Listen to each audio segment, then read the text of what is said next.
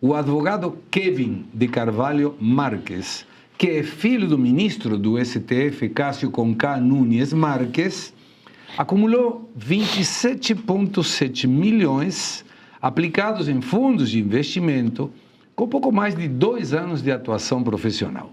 Tem 25 anos. Documentos da Comissão de Valores Mobiliários enviados à CPI do Crime Organizado do Senado mostram o aumento do patrimônio de Kevin em 2025. Naquele ano, ele já tinha cerca de 5 milhões em cotas de um fundo de renda fixa do Banco do Brasil. No segundo semestre, ele fez uma nova aplicação de mais de 22 milhões. O filho de Cássio Nunes Marques tem 25 anos e foi aprovado no exame da OAB em 29 de fevereiro de 2024.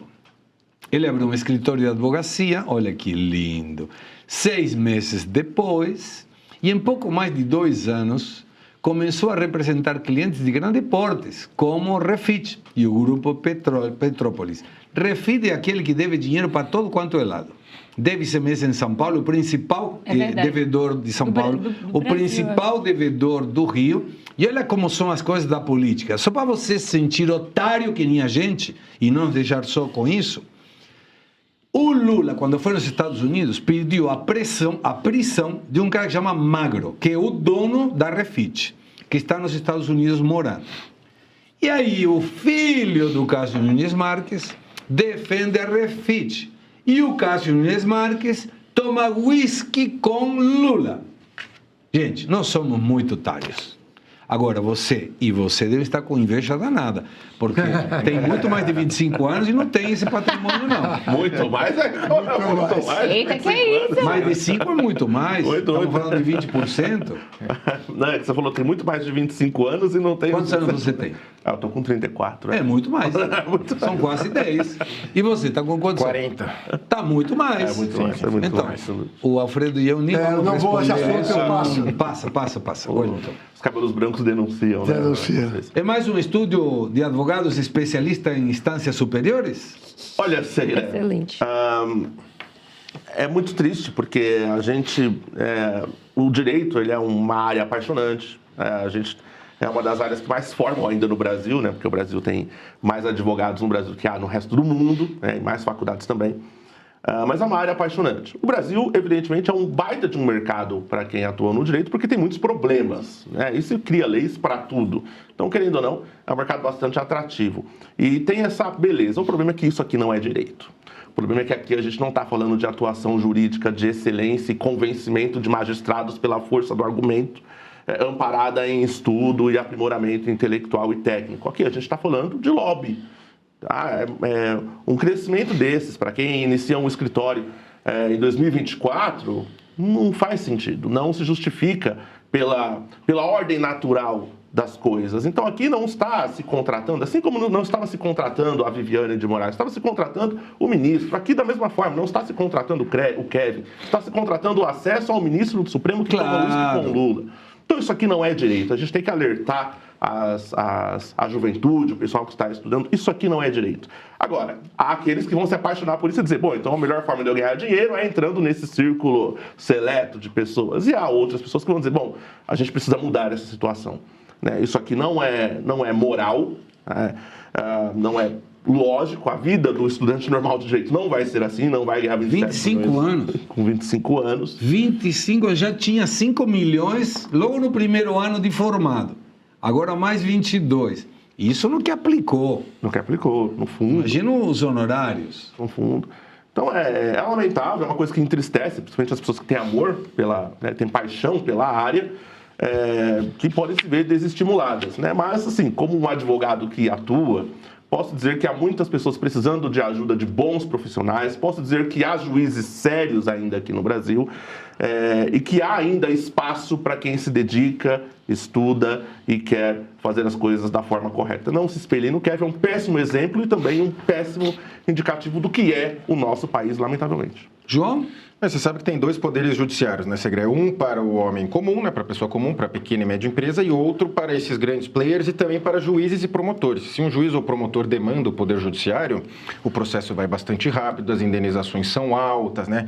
O positivismo raiz mesmo para eles funciona, mas para o cidadão comum não funciona. E a gente bem sabe na prática, quando o processo chega em Brasília, recomenda-se, né, que se você contrate um escritório especializado em tribunais superiores, que isso não é uma especialidade, né, é uma jabuticaba brasileira que se inventou, e a especialidade em tribunais superiores é você, né, ter trânsito nas cortes, o que é lamentável por si só. O juiz ele deve receber o advogado, é papel dele receber, ouvir as razões, né, você pode ir lá despachar, ou você vai no tribunal, sustenta os seus argumentos.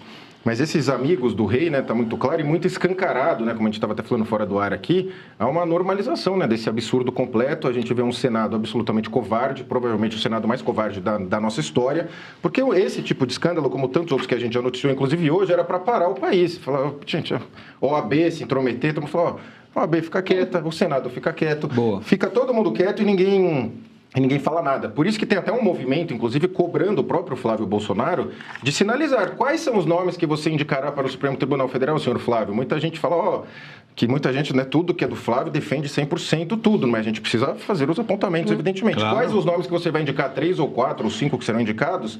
Porque mais um Cássio Nunes não dá para o Brasil. A gente não aguenta mais um Cássio Nunes, mais um Gilmar, mais um...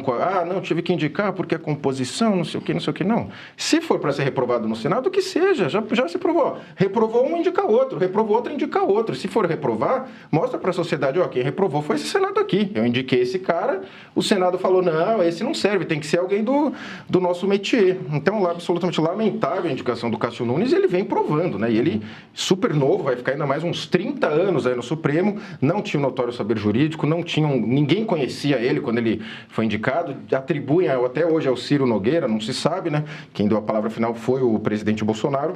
Então, o que a gente espera é que haja futuras indicações, se houver a vitória do Flávio, que coadunam, né, condizem com os valores republicanos, valores conservadores, e não mais algum lobista, né, como está claro que é. E fica evidente nessa questão do Banco Master, INSS, enfim, quando todos os juízes do Supremo assinaram uma nota a favor do Toffoli, falando, tudo que ele fez até agora estava ok, a gente só vai redistribuir para o Mendonça, porque, né, coincidentemente ele foi sorteado. Então, todos ali têm a mão suja de sangue, né? Vamos colocar dessa forma. Todos ali falaram, não, porque fica esse negócio de proteger a instituição. Isso não é proteger a instituição, isso é proteger o corporativismo. Então, a gente espera que o André Mendonça, enfim, que essas investigações avancem, Master e INSS, e que aponte os juízes do Supremo, né? Porque, assim, eles são deuses intocáveis de toga, ninguém pode fazer nada, ninguém pode investigar. Quando chega perto deles, eles barram a investigação. Quem quer que o processo avance tem que contratar o escritório dos filhos dele, dos parentes.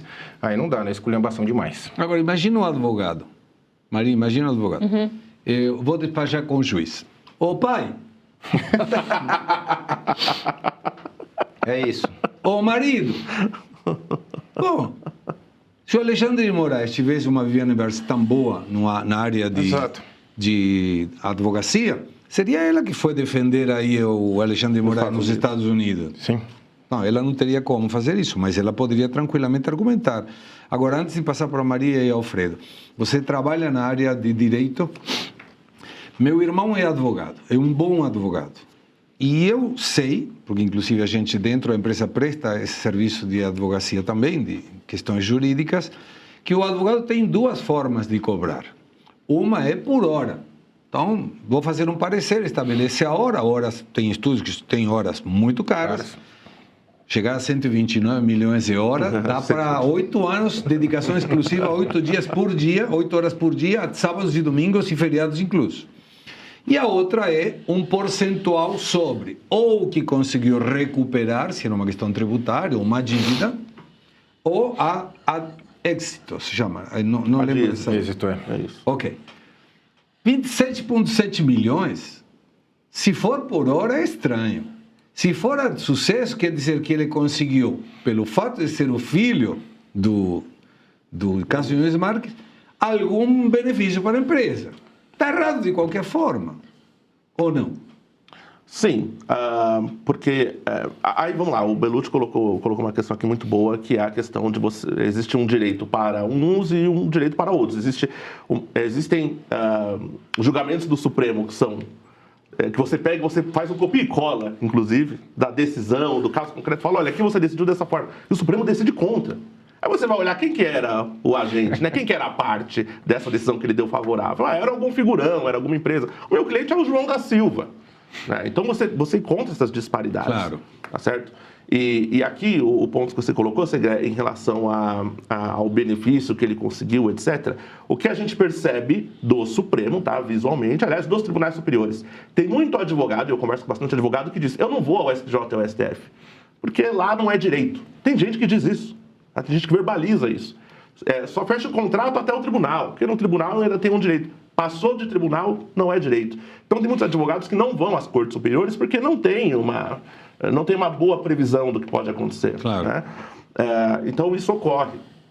E a sensação que muitas pessoas têm é de que, no caso do Supremo, cada ministro é alguém cuidando do seu esquema. Tanto que, se a gente for pegar as decisões monocráticas, 98% das decisões monocráticas dos ministros foram mantidas pelo colegiado. Apenas 2% foram revertidas. Tem algo muito estranho nisso. É um dado alarmante.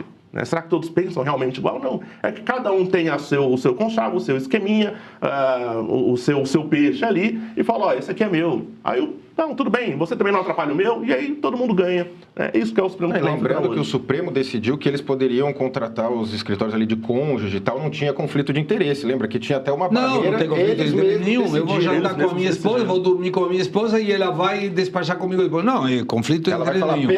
pela ordem, excelência, não posso falar do caso. Não, e aí somente vai jantar. fala, olha, hoje vai ter coisa boa aqui em casa.